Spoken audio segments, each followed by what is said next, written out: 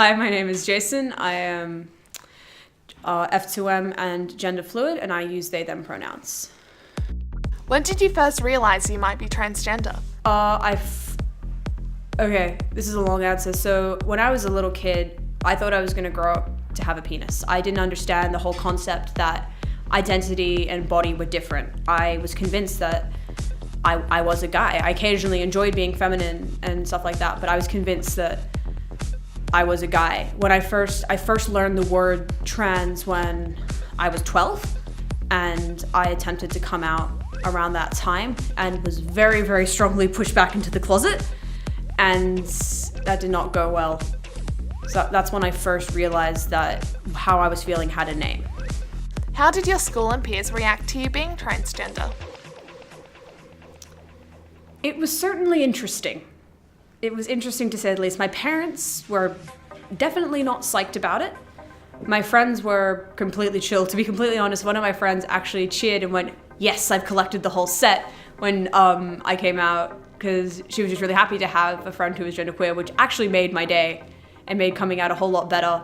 My school's been okay, but it's mostly been okay because it hasn't done anything against me, but it hasn't really done anything for me either. I just don't really exist. My social transition was not fun. Like, it's gotten better, but there was the initial use of the word it and general ignorance, which, as much as I understand that's where it came from, is the point of ignorance. It gets exhausting, and the constant just whispering, looking, words behind my back. I understand that this is a very unknown area. Like, the L, the G, and the B of the LGBT community, that's well known, and I understand that the T is not, but I just got sick of people asking questions behind my back and not actually communicating with me at all. How do you react to people in the LGBT community that do not recognize transgender individuals, whether they're binary or not? It really, really hurts, because a lot of the times their reasoning is, oh, we're here fighting for marriage equality or stuff like that, but if I transition, I can't get married, which means that I'm forced between, I choose to, this is gonna sound hella cliche, but I can choose love, or I can choose loving me, which, as any trans person will tell you, is one of the most difficult situations to be in. And everyone in the LGBT community doesn't seem to understand that we're all fighting the same things. We're all fighting discrimination. We're fighting the evil people on the internet, in governments. We all have similar issues regardless of what letter we are.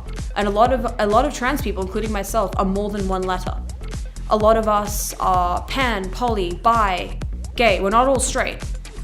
And people seem to think that you can only be one, which means that a lot of times we're not even included in LGBT spaces. There's even movements called Drop the T. And that, it's really alienating. Why do you think that gender and sexuality are together under the same umbrella term? Well, originally they were interchangeable. Sex, gender, it didn't matter, it was interchangeable. And once people started coming out as trans or non-binary or things like that, or people actually started realizing that you probably shouldn't do genital reassignment surgery on a baby that's only been alive for like 3 hours, is when people started to realize that these two terms weren't the same thing, that they could be changed and altered, and they weren't always concrete. For example, sex organs aren't even concrete. Chromosomes aren't concrete. Nothing is concrete. Neither is gender.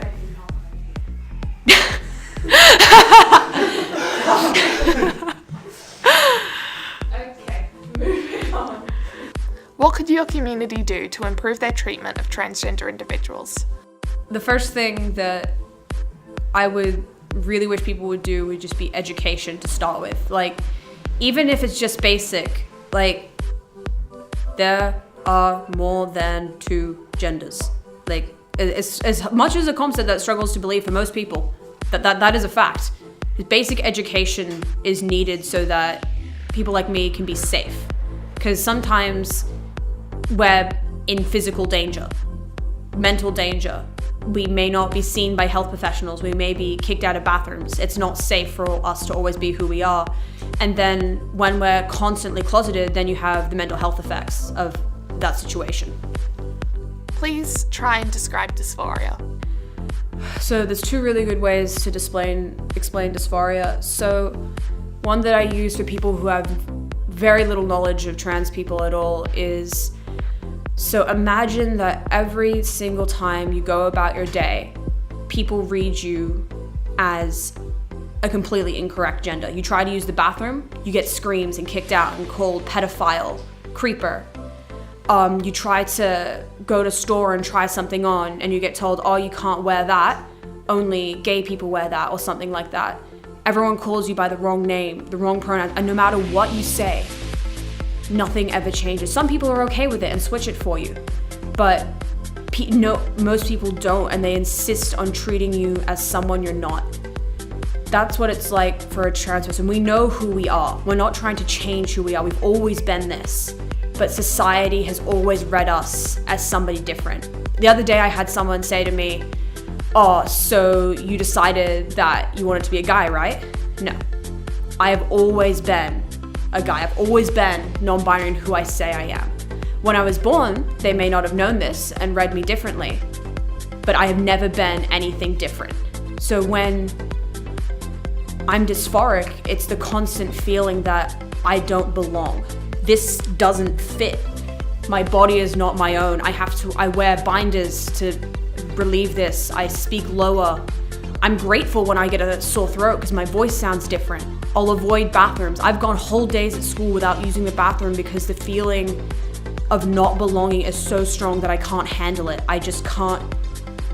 Society is so gendered with our spaces, clothing, identities, names even, that in order to exist as a trans person, especially as a non-binary person, you have to be aggressive in order to exist. Alright, have you ever struggled with mental health as a side effect of how LGBTQ+ youth are treated? Absolutely. First time I came out, parents started talking about therapists, conversion therapy, psychologists, and that was actually that's when I actually first considered overdose. I had some headache tablets in my pocket. I was walking up to the bus and I just thought, if the way that I am isn't right, then why should I continue to be that? Because I didn't know how to explain the fact that I grew up. Puberty was so confusing because I was like, wait, this wasn't supposed to happen. So growing up and being told that I was wrong coming out made me feel, wait, maybe I'm not real. And basically I'm back in the closet.